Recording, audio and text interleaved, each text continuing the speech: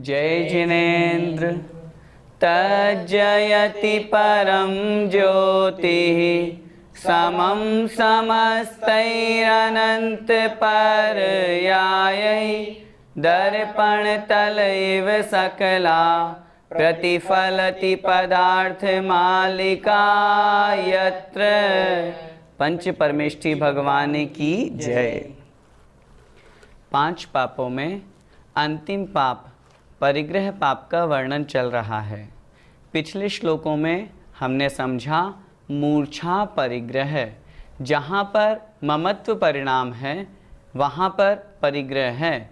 चाहे वह वस्तु हमारे पास हो या नहीं हो, किसी भी वस्तु के प्रति, व्यक्ति के प्रति या किसी के भी प्रति यदि ममत्व परिणाम है, यह मेरा है, इस तरह का भी यदि भाव है, वहीं से परिग्रह प्रारंभ हो जाता है। उस परिग्रह के कितने भेद होते हैं यह बतलाने के लिए आचार्य अमृतचंद सूरी महाराज अग्रिम श्लोक लिखते हैं। आइए उसे पढ़ते हैं। अतिसंक्षेपाद्विविधः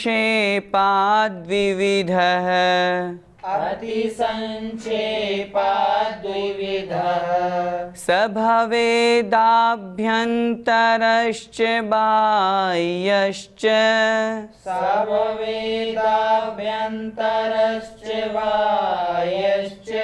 प्रथमश्चतुर्दशविधो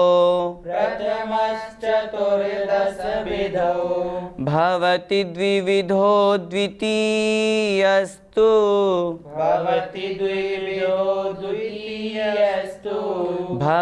द्विविधो द्वितीयस्तु। एक साथ बोलें। अतिसंक्षेपाद्विविधः सभवेदाभ्यन्तरश्च बाह्यश्च प्रथमश्चतुर्दशविधो भवति द्विविधो द्वितीयश्च। वह परिग्रह कितने प्रकार का होता है, आइए इस श्लोक में देखते हैं। अति संक्षेपात द्विविधः। अति मतलब अति, संक्षेपात मतलब संक्षेप से, अति संक्षेप से मतलब बहुत थोड़े से, द्विविधः दो प्रकार का, स मतलब वह कौन, परिग्रह, क्योंकि पिछले श्लोकों में हमने परिग्रह की चर्चा की। स अर्थात वह परिग्रह, द्विविधः दो प्रकार का, अति संक्षेपात बहुत संक्षेप से, भवेद मतलब होता है। वह दो प्रकार का परिग्रह कौन कौन सा होता है? आभ्यंतरः च बाह्यः च, आभ्यंतर और बाह्य। वह दो प्रकार का परिग्रह है, आभ्यंतर परिग्रह और बाह्य परिग्रह। प्रथमश्चतुर्दशविधो, उनके और आगे भेद कर रहे हैं। प्रथम है अर्थात जो पहला है, उसमें से आभ्यंतर और बाह्य इन दो प्रकार के परिग्रहों में से पहला परिग्रह कौन सा? आभ्यंतर परिग्रह। उस आभ्यंतर परिग्रह के कितने भेद होते हैं? चतुर्दश विधो, 14 प्रकार के। उस पहले आभ्यंतर परिग्रह के 14 भेद होते हैं। भवति अर्थात होते हैं। द्विविधः द्वितीयस्तु, द्विविधः दो प्रकार का होता है। द्वितीय तू मतलब और, द्वितीय अर्थात दूसरा। और जो दूसरा बाह्य परिग्रह है, उस दूसरे बाह्य परिग्रह के दो भेद होते हैं। क्या मतलब हुआ? इस श्लोक में उस परिग्रह पाप के दो भेद बतलाए। भैया जी, यदि किसी व्यक्ति को पुण्योदय से अच्छी संपत्ति मिली है तो वो उस संपत्ति का उपयोग कैसे करे? श्रावक के लिए दान धर्म सर्वश्रेष्ठ बताया गया है। श्रावक के मुख्य कर्तव्यों में आचार्य वीरसेन स्वामी महाराज ने भी लिखा है, दानम पूया मुखम, अर्थात दान और पूजा श्रावक के लिए मुख्य है। इसलिए अगर उसे पुण्योदय से अच्छी धन संपत्ति प्राप्त हुई है तो उस धन संपत्ति का वह श्रावक दान आदि करने में, अच्छे परोपकार में लगाए, जिससे वह अपनी धन संपत्ति को और अधिक पुण्य रूप में बढ़ा सके। जिन मंदिरों का निर्माण करवाए, अथवा बहुत से ऐसे जिन मंदिर देखे जाते हैं जो जीर्ण शीर्ण हो गए हैं। दक्षिण की तरफ हम जाएंगे तो बहुत से ऐसे मंदिर हैं, भगवान जी की प्रतिमा है लेकिन मंदिर बहुत जीर्ण शीर्ण है। कहीं मंदिर में भगवान जी की प्रतिमा है, वहाँ पर भगवान बाहर पेड़ के नीचे विराजमान हैं। ऐसे उन स्थानों पर यदि मंदिर बनवाते हैं तो बहुत अधिक पुण्य कर्म का बंध करते हैं। तो जिन मंदिर, अगर कहीं नई कॉलोनी खुली है, नई कॉलोनी में घर बने हैं, तो वहाँ नया जिन मंदिर होना आवश्यक है, नहीं तो लोग दूर होने के बहाने से मंदिर नहीं जा पाते। तो इसलिए मंदिर बनवाना चाहिए। जीर्णोद्धार के योग्य जो मंदिर हैं उनका, उन जीर्ण शीर्ण मंदिरों का जितना हो सके उस धन संपत्ति को जिनेंद्र भगवान की धर्म प्रभावना में उपयोग में लगाना चाहिए। बहुत से लोग कहते हैं कि भैया जी स्कूल, कॉलेज, हॉस्पिटल ऐसे बनवाना चाहिए, जिन मंदिर बनवाने से क्या फ़ायदा। लेकिन विचार करें, स्कूल, कॉलेज, हॉस्पिटल तो इहलोक के लिए हैं, लौकिक हैं, जबकि जिन मंदिर पारलौकिक हैं, ये तो संसार के साधन हैं, वह मोक्ष का साधन है। यदि कोई भव्य जीव जिन भगवान के दर्शन करता है, आचार्यों ने लिखा है जिन बिंब दर्शन से सम्यक दर्शन की उत्पत्ति होती है। तो अगर किसी जीव को जिन मंदिर में दर्शन करने से, जिन भगवान के दर्शन करने से अगर सम्यक दर्शन प्राप्त हो जाता है, तो सोचिए जिन मंदिर बनवाने वाले को कितना पुण्य लगेगा। उस निमित्त से भव भव के उसके जो पाप कर्म थे, सम्यक दर्शन प्राप्त होने पर वो समाप्त हो जाते हैं। संसार काल बहुत थोड़ा सा रह जाता है। जबकि अन्य जितने भी हैं, मानते हैं ये आवश्यक हैं, लेकिन जितनी आवश्यकता हो, अगर हम इंग्लिश मीडियम स्कूल खुलवाएंगे तो उसमें कितना पाप आदि कार्य भी होगा। उसकी बजाय हम पाठशाला खुलवाएं जिसमें ज्ञान का साधन हो, जिसमें हम बच्चों को संस्कार दे सकें। हम हॉस्पिटल भी खुलवाएं तो ऐसे खुलवाएं जहां पर व्रती भैया लोगों को निःशुल्क और बहुत शुद्ध दवाई प्राप्त हो सके। मुनि महाराज रोगी हो जाते हैं, उनको शुद्ध दवाई प्राप्त हो सके, ऐसे औषधालय खुलवाएं। ऐसे बहुत से साधन हैं जिनके द्वारा हम उस धन संपत्ति का उपयोग कर सकते हैं। भैया जी, सबसे ज़्यादा परिग्रह तो चक्रवर्ती के पास होता है, तो उसको सबसे ज़्यादा पाप लगना चाहिए। परिग्रह की परिभाषा क्या लिखी? मूर्छा परिग्रह। मूर्छा अर्थात ममत्व परिणाम। जहाँ पर ममत्व परिणाम है तो परिग्रह होगा। चक्रवर्ती है, जरूरी नहीं है कि उसके सारी धन संपत्ति में परिग्रह, मूर्छा, ममत्व भाव हो ही सही, क्योंकि ममत्व परिणाम होंगे तो मूर्छा है। भरत चक्रवर्ती का तेल के कटोरे वाला उदाहरण हम सभी को ध्यान है। वो घर में रहते हुए भी वैरागी के समान अपना जीवन जीते थे, तभी तो तुरंत सब कुछ छोड़ा, अंतर्मुहूर्त में केवल ज्ञान प्राप्त हो गया। यदि ममत्व परिणाम होता तो वहीं पर ही रहते, फिर वह पूरा राजपाट, पूरा 6 खंड, 96,000 रानियां, इन सबको वो कैसे छोड़ते। इन सबके होने के बावजूद भी उनका ध्यान आत्मा पर केंद्रित था। इसलिए किसी भी वस्तु के प्रति यदि ममत्व है तो परिग्रह होगा, यदि नहीं है तो परिग्रह नहीं कहलाएगा। भैया जी, परिग्रह से क्या क्या हानियां हैं? परिग्रह से सबसे बड़ी हानि है कर्मबंध। जितना अधिक परिग्रह होगा, जितना अधिक मूर्छा ममत्व परिणाम होगा और अधिक कर्मों का बंध होगा। आचार्य उमा स्वामी महाराज ने तत्वार्थ सूत्र जी में लिखा है, बहुवारंभ परिग्रहत्वम नारकस्यायुषः। बहुत ज़्यादा आरंभ और बहुत ज़्यादा परिग्रह रखने से नरकायु का आश्रय होता है। तो इसलिए जो लोग बहुत परिग्रह रखते हैं अथवा बहुत अधिक मूर्छा भाव ममत्व परिणाम रखते हैं तो उनके नरकायु का बंध होता है। हम पढ़ते हैं ना, परिग्रह चिंता दुख ही मानो। जहाँ पर परिग्रह है वहाँ दुख होगा ही होगा। हमें लगता है कि हमारे पास रुपया पैसा या किसी व्यक्ति के पास धन संपत्ति बहुत अधिक है तो वह सुखी होगा, उसे लौकिक सुख तो मिल जाएगा, लेकिन इंद्रिय सुख तो प्राप्त हो जाएगा, लेकिन एक अतीन्द्रिय सुख, आत्मा का जो सुख है वह उसे प्राप्त नहीं होगा। यदि धन संपत्ति में सुख होता तो मन में विचार करें, चक्रवर्ती के पास कितनी अपार धन संपदा जिसकी हम कल्पना भी नहीं कर सकते। हम सिर्फ शास्त्रों में पढ़ते हैं और उन शास्त्रों के अनुसार अनुमान मात्र लगा सकते हैं। इतनी धन संपत्ति को छोड़ करके भी वो वन में जाकर के दीक्षा को धारण कर लेते हैं। क्यों? क्योंकि उन्हें उस धन संपत्ति में, उस परिग्रह में सुख नज़र नहीं आता। इसलिए सबसे बड़ा जो परिग्रह से हानि है वो यही है कि जीव सुखी नहीं रह पाता। हमें लगता है कि किसी के पास रुपया पैसा है तो उसे सुख मिल रहा होगा, लेकिन वह सुख उसके लिए इंद्रिय सुख है, अतीन्द्रिय सुख उसे प्राप्त नहीं हो पाता। जिस तरह एलक जी महाराज होते हैं, सिर्फ एक लंगोट के कारण से 16वें स्वर्ग से ऊपर नहीं जा पाते। क्यों? क्योंकि उनके अभी परिग्रह है, एक लंगोट परिग्रह है। जब वो उतारेंगे तभी तो आगे बढ़ेंगे। परिग्रह से रहित जो दिगंबर मुनि महाराज होते हैं वो निश्चिंत होते हैं, सुखी रहते हैं, उन्हें किसी तरह का कोई दुख नहीं होता सांसारिक दुख की अपेक्षा से। क्यों? क्योंकि परिग्रह है तो 10 तरह की चिंताएं लगी रहेंगी, ये करना वो करना, यही इसी में हमारा पूरा समय निकल जाता है। इसलिए उस दुख से बचने के लिए हमें परिग्रह को सीमित करना चाहिए। कोशिश तो ये करें कि हम पूर्ण रूप से परिग्रह का त्याग करके मुनि अवस्था को धारण करें। यदि उसमें हमारी शक्ति नहीं है तो श्रावक के लिए जो परिग्रह परिमाण कहा गया है उसे अपने जीवन में धारण करना चाहिए। परिग्रह के मुख्य 2 भेद हमने पढ़े, आभ्यंतर परिग्रह और बाह्य परिग्रह। उसमें से आभ्यंतर परिग्रह के 14 भेद होते हैं। आइए उनकी चर्चा करते हैं। मिथ्यात्व वेद रागास् तथैव हास्यादयश्च षड् दोषाः चत्वारश्च कषायाश्च चतुर्दशाभ्यन्तरा ग्रंथा। 14 अंतरंग परिग्रह कौन कौन से होते हैं देखते हैं। मिथ्यात्व वेद रागास, मिथ्यात्व वेद रागाः, पहला मिथ्यात्व। फिर आगे लिखा वेद रागाः, वेद जो 3 प्रकार के वेद कहे गए हैं, स्त्री वेद, पुरुष वेद और नपुंसक वेद। इन वेदों के प्रति राग होना।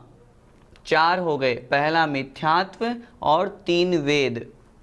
तथैव और इसी प्रकार, हास्यादयश्च, हास्य आदयः च अर्थात और, हास्य अर्थात हास्य, आदय मतलब आदि, और हास्य आदि कितने? षड अर्थात 6, दोषाः अर्थात दोष, और हास्य आदि 6 दोष। आदि से क्या तात्पर्य लेना? रति, अरति, शोक, भय, जुगुप्सा। इस तरह ये 6 हास्य आदि और 3 वेद और 1 मिथ्यात्व। और साथ में चत्वारश्च कषायाश, चत्वारः च अर्थात और, चत्वारः 4, कषायाः अर्थात कषाएं, और 4 कषाएं। 4 कषाएं कौन कौन सी? क्रोध, मान, माया और लोभ। इस तरह ये 4 कषाएं। चतुर्दशाभ्यंतराः ग्रंथाः, इस तरह 14 आभ्यंतराः ग्रंथाः, ये 14 अर्थात 14 है। आभ्यंतराः अर्थात आभ्यंतर, ग्रंथा अर्थात परिग्रह होते हैं। इस प्रकार ये 14 परिग्रह होते हैं। भैया जी एक असहाय परिग्रह कैसे? परिग्रह की परिभाषा, परिग्रह जिसने आत्मा को चारों ओर से जकड़ रखा हो उसे परिग्रह कहते हैं। ये जो मिथ्यात्व आदि 14 भेद कहे गए हैं, इन्होंने आत्मा को चारों ओर से जकड़ रखा है, बंध कर रखा है, इसलिए इन्हें आभ्यंतर परिग्रह कहते हैं। ये चूँकि दिखाई नहीं देते इसलिए इनका नाम आभ्यंतर है। यह तेरा है, यह मेरा है, ये सारा का सारा भाव परिग्रह है। इन्हीं ऐसे भाव होने पर ममत्व परिणाम जागृत होता है और वहीं परिग्रह होता है। दर्शन मोहनीय और चारित्र मोहनीय, इनके उदय से होने वाले आत्मा के परिणाम का नाम ही परिग्रह है। इसीलिए इन्हीं को दर्शन मोहनी के जो 3 प्रकृतियाँ उसको यहाँ मिथ्यात्व रूप में और शेष 25 को यहाँ शेष 13 के रूप में समाहित करके उन्हीं कषायों को यहाँ आभ्यंतर परिग्रह कहा गया है। भैया जी क्या बाह्य परिग्रह के रहते हुए अंतरंग परिग्रह का त्याग किया जा सकता है? अंतरंग परिग्रह में एक भेद है मिथ्यात्व। मिथ्यात्व 4थे गुणस्थान में ही चला जाता है, तब सम्यक्त्व की प्राप्ति होती है। इसलिए मिथ्यात्व रूपी जो पहला अंतरंग परिग्रह है वो तो चला जाएगा, लेकिन उसके आगे के जो अंतरंग परिग्रह है वो जब तक बाह्य परिग्रह नहीं छूटेंगे कैसे जाएंगे।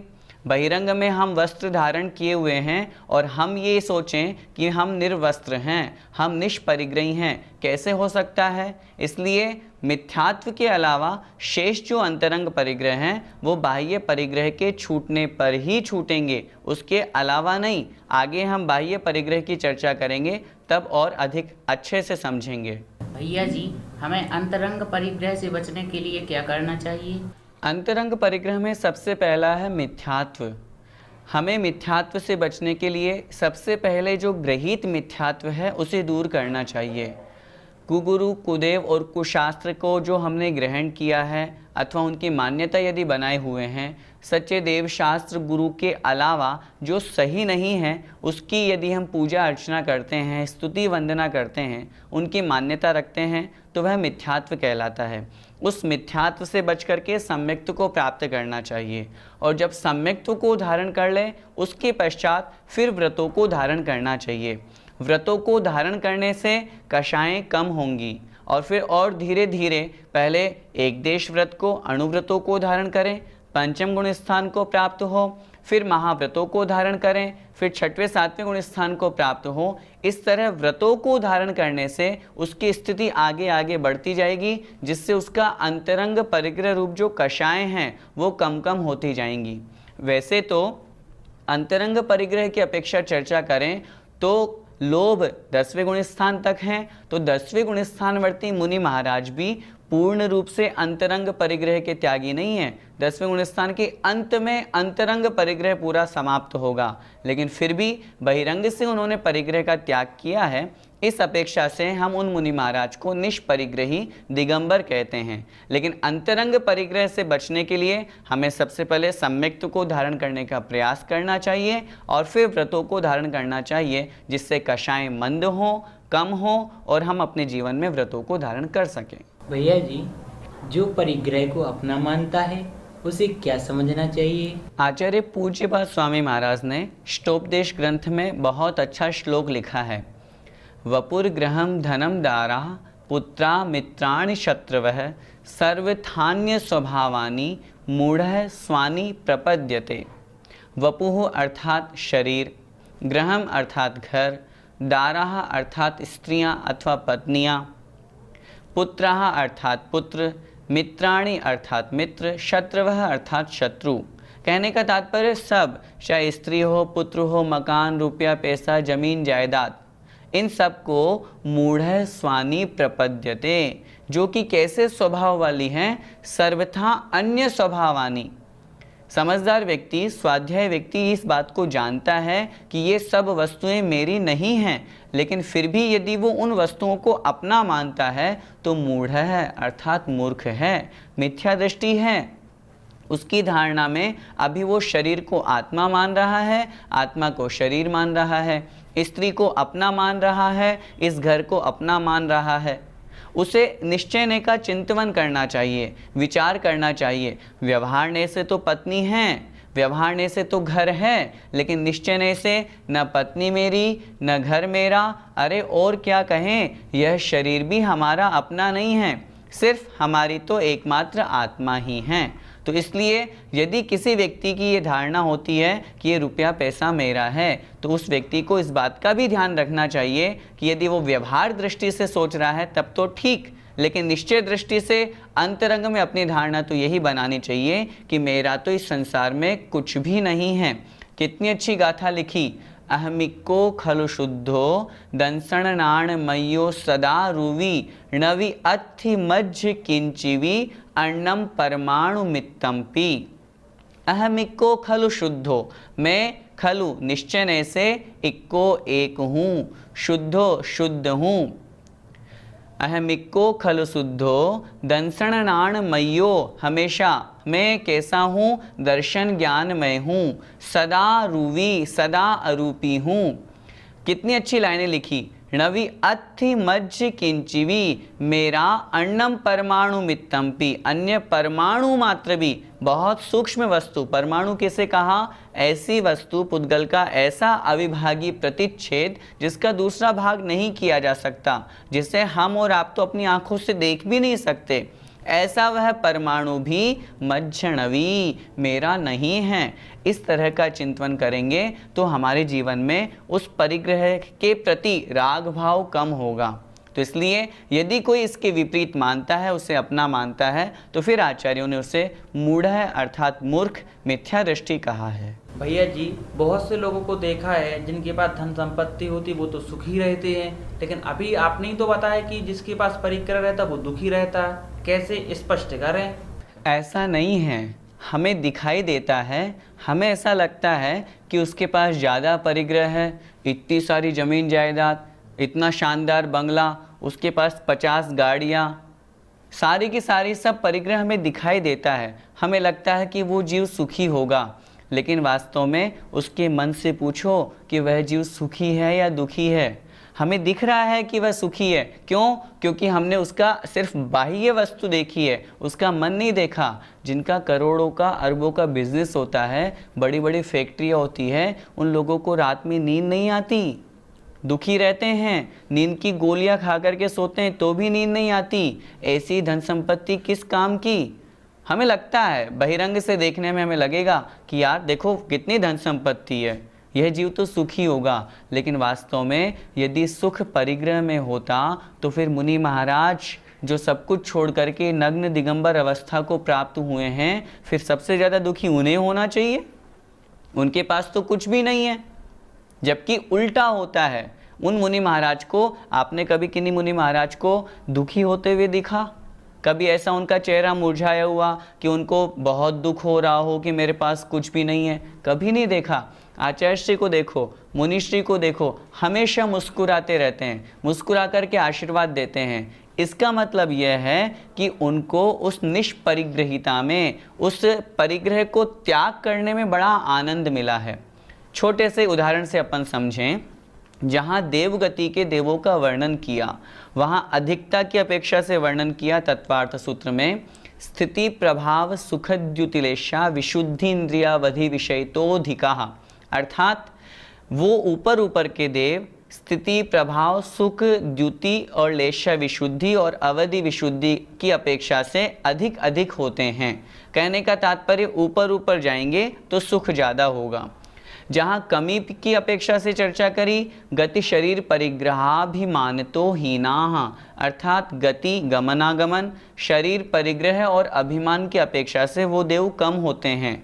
मैं जहाँ आपका ध्यान आकर्षित करना चाहता हूँ वो इतनी सी बात है कि ऊपर ऊपर जाएंगे तो परिग्रह कम होगा, ऊपर ऊपर जाएंगे तो सुख बढ़ेगा। भैया स्पष्ट सी बात है, जहाँ अधिक परिग्रह होगा वो दुखी होगा, जहाँ कम परिग्रह होगा वह जीव सुखी होगा, और जहाँ परिग्रह का पूर्ण त्याग हो जाएगा वह जीव अतीन्द्रिय सुख को प्राप्त करेगा।